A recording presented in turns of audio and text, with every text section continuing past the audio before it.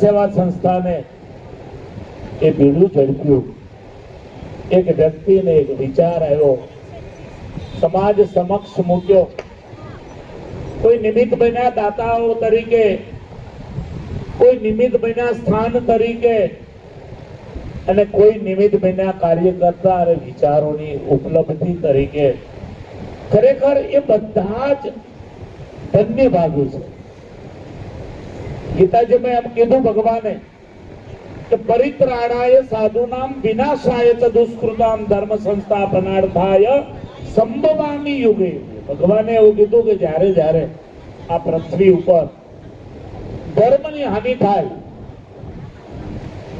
સાધુ સંતો ઉપર પ્રોબ્લેમ્સ ઉભા થાય, ગાય માતાની કતલો થાય, અધર્મનો વ્યાપ વધે, ત્યારે હું સ્વયં આ પૃથ્વી ઉપર ધારણ કરું છું અમારા અવતાર. ત્યાં સાધુ નામ શબ્દ વાપર્યો છે. લોકો એ સામાન્ય રીતે સમજે કે સાધુ એટલે ભગવા કપડા વાળા હોય એ સાધુ, અને એના જ રક્ષણ માટે ભગવાન આવે.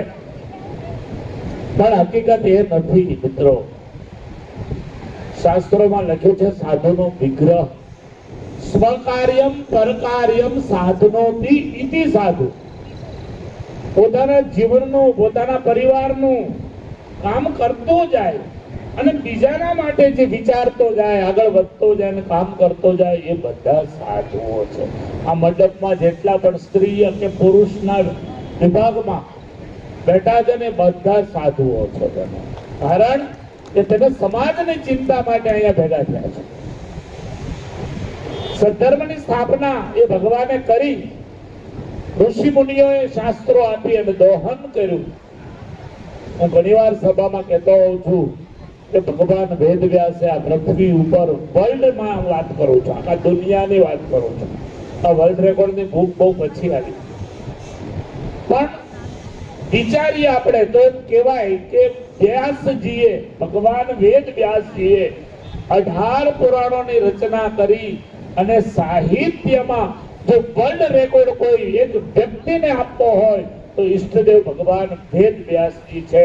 કે એનાથી મોટું સાહિત્ય આજ સુધી 5,500 વર્ષો થઈ ગયા, ત્યાં સુધી હજી સુધી આટલી મોટી રચના કોઈ નથી કરી.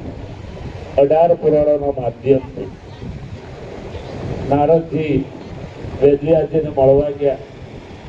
ઘણી બધી ચર્ચાઓ થઈ. નારદજીએ જોયું વેદવ્યાસજી તો બહુ બીજી છે. શું કરો છો પ્રભુ? તો કે આવનાર સમય બહુ વિકટ છે, કળિયુગ આવવાનો છે, દ્વાપરનો અંત હતો, અને કળિયુગના લોકો મન ભ્રમિત ન થાય, સાચા રસ્તે ચાલવાનો પ્રયત્ન કરે, એના માર્ગદર્શન માટે હું આ બધી રચનાઓ કરું છું 18 પુરાણોની. નારદજી ત્રિકાળદર્શી હતા, એને તરત જ આવી ગયા 5,000 વર્ષ આ પાછળ નજર કરી.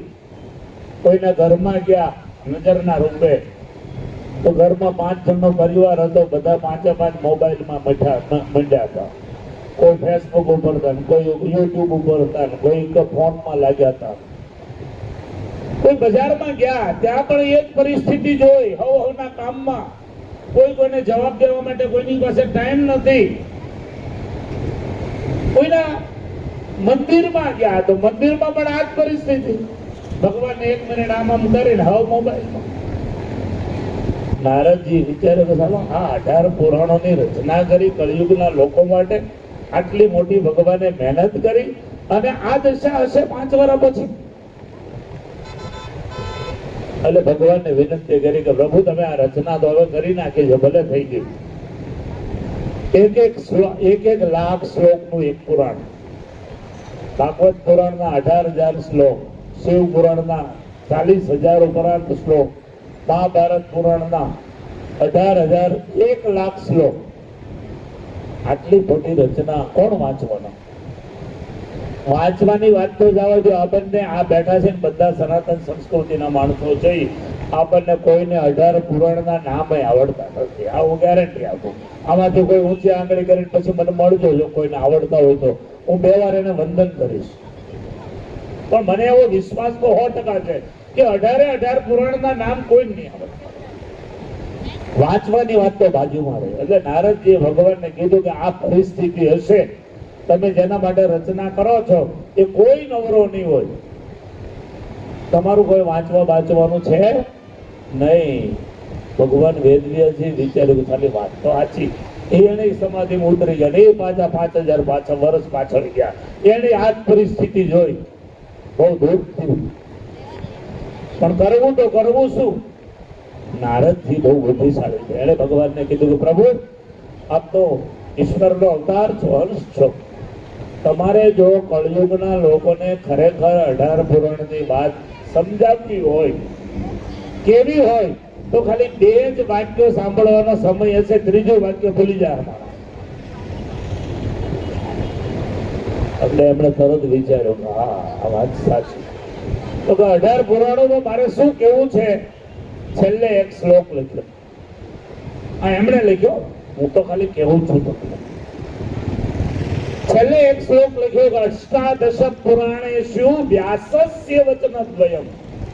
આ 18 પુરાણોની અંદર એનો સાર કળિયુગના લોકોને, એટલે આપણે બધાને જો ખરેખર સમજાવવો હોય તો હું 2 જ વાક્યમાં ખાલી કહું છું.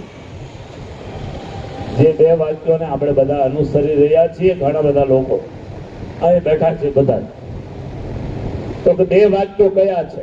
છેલ્લે અષ્ટાદશ પુરાણેષુ વ્યાસસ્ય વચનદ્વયમ પરોપકારઃ પુણ્યાય પાપાય પરપીડનમ. બીજાના ઉપર ઉપકાર કરવો એના જેવું બીજું કોઈ પુણ્ય નથી, અને બીજા ઉપર અપકાર કરવો એટલે એને નુકસાન પહોંચાડવું એના જેવું કોઈ પાપ નથી. હવે કરવું ન કરવું એ તમારે જોવાનું. આપણે ઘરમાં ઘણીવાર સાસુઓના ઝઘડામાં એકબીજાની નિંદાઓ કરતા હોઈએ છીએ, પણ ધર્મશાસ્ત્રો આ વાતની ના પાડે છે, એ પાપ છે એવું કીધું છે.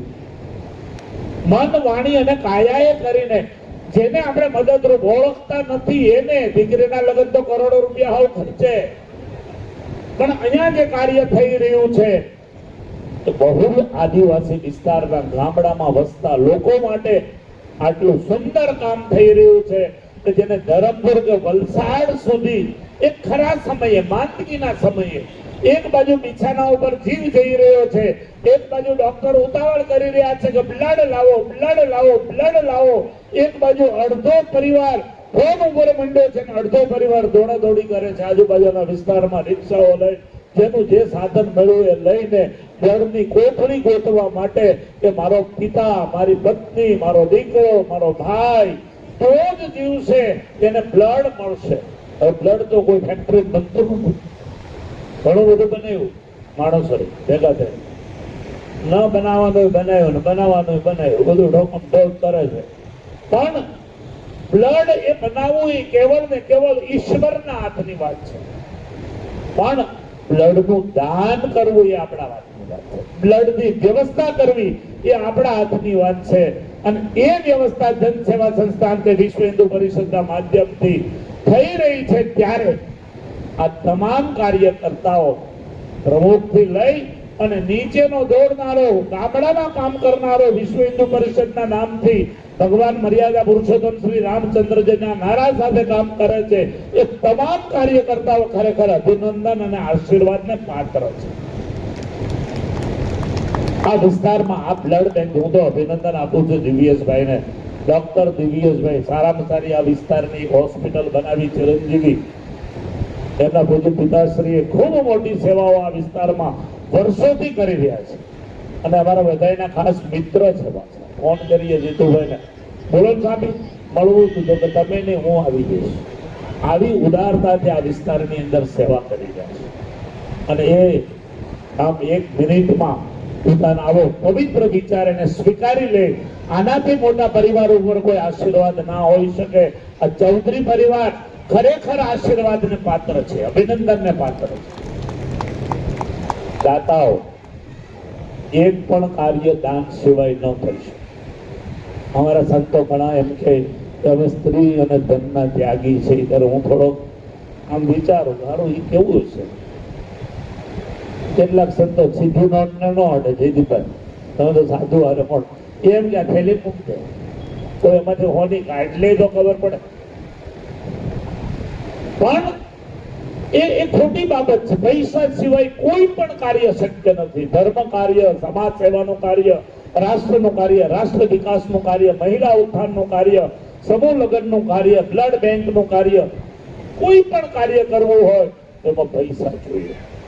ભગવાને પૈસા તો બહુ બધા અઢળક આપ્યા, ના વાપરી શકે એટલા આપ્યા છે. અને હું ગેરંટી આપું કે લગભગ 100% માણસો જયારે મરતા હશે ને ત્યારે 2-3 પેઢીનું મૂકીને જ જતા હશે લગભગ. કારણ કે એ ચિંતા હોય જીવો ત્યાં સુધી. હું તો બહુ બધું સહન કર્યું, અમે તો બધી ગરીબી જોઈ હતી, પણ અમારા દીકરા દીકરીઓને ગરીબી ના જોવી પડે એટલા માટે અમે કમાઈએ છીએ, એટલા માટે મહેનત કરીએ છીએ. તો હું તમને તમારા દીકરા દીકરીઓ પર વિશ્વાસ નથી. તમે કમાણા તો એ નહીં કમાય, તમારા કરતા અઢળક કમાશો. તમે આ વાવેતર કરો છો, દાન આપતા નથી, સેવા કાર્ય જે કરી રહ્યા છો એ મોટામાં મોટું જીવનનું પાથરું ભરી રહ્યા છે. કોઈને એક પાવ બધું ખવડાવો જરૂરિયાતમંદને, સમાજ અમને જમાડવા આવે કેવું પડે ભાઈ બાબા હવે ડાયાબિટીસ થઈ ગઈ, સાધુ સમાજને જરૂર નથી. જેને જરૂર છે, જેના પેટમાં ભૂખ છે, કોઈ વિધવા બેનની દીકરી પરણે છે, કોઈને ઝૂંપડું ચોમાસામાં ગળી રહ્યું છે, ત્યાં સેવા કરો તો ઈશ્વર રાજી થશે. જ્યાં અઢળક છે ત્યાં તમે નાક કરશો તો સમુદ્રમાં મીઠા પાણી જેવું છે. મીઠું પાણી થોડું ઘણું હતું ને એને આપણે બગાડીને સારું કરીએ. જરૂરિયાત આજે માનવ મંદિરોની છે, જરૂરિયાત આજે શિક્ષણની છે, જરૂરિયાત આજે નિર્વ્યસનની છે. આ વિસ્તારની અંદર ધર્મ પરિવર્તન મોટામાં મોટું બાઇબલના માધ્યમથી થઈ રહ્યું છે. જરૂરિયાત છે એને રોકવાની, એક-એકના ઝૂંપડે જવાની. જે બાઇબલ બહારથી આવ્યું, આપણા દેશનું છે જ નહીં. ગ્રંથ તો હું કહેતો જ નથી, પણ એ આપણા દેશની વાત જ નથી. બહારથી આવી 50 વર્ષ પહેલા કોઈના ઝૂંપડે જઈ, જે અજ્ઞાની છે, અશિક્ષિત છે, જેને ખબર નથી, એવા માણસોને ભોળવી અને ધર્મ પરિવર્તન જે કરાવી રહ્યા છે પૃથ્વી ઉપર, એનાથી મોટું કોઈ પાપ નથી. અને એને જે રોકવાનું કાર્ય કરી રહ્યા છે એનાથી મોટું કોઈ પુણ્ય નથી. કારણ કે ભગવાને ગીતાજીમાં કીધું કે સ્વધર્મે નિધનમ શ્રેય પરધર્મો ભયાવહ. ભગવાન કૃષ્ણે 5,500 વર્ષ પહેલા અર્જુનને માધ્યમમાં રાખીને વાત કરી કે સ્વધર્મે નિધનમ શ્રેય. તમારું મૃત્યુ જે સંસ્કૃતિની અંદર તમારો જન્મ થયો હોય એ જ સંસ્કૃતિમાં તમારું મૃત્યુ શ્રેયસ્કર છે. પરધર્મો ભયાવહ. ભૂત યોનિમાં જવું હોય, પ્રેત યોનિમાં જવું હોય તો જ અન્ય ધર્મને સ્વીકારવું. આ વાત આપણા ધર્મ ગ્રંથોએ ફાંસી ઠાંસીને કીધી છે. એના માટે પણ આપણે આપણા વિસ્તારની અંદર ખૂબ જાગૃત થવાની જરૂર છે. ગામડે જઈ અને આ વાતને ફેલાવવાની આવશ્યકતા છે. આવી સેવા કાર્ય કરનારા આવા ટ્રસ્ટો અને એના કાર્યકર્તાઓ, એના દાતાઓને ખૂબ ખૂબ અભિનંદન આપી હું સૌને ભગવાનના ચરણોમાં પ્રાર્થના કરું છું કે આપ સૌનું સ્વાસ્થ્ય ખૂબ સારું રાખે અને આવા કાર્યો કરવાની શક્તિ આપે. એ ભાવનાઓ સાથે સૌને ખૂબ ભાવથી જય સ્વામિનારાયણ, જય શ્રી રામ.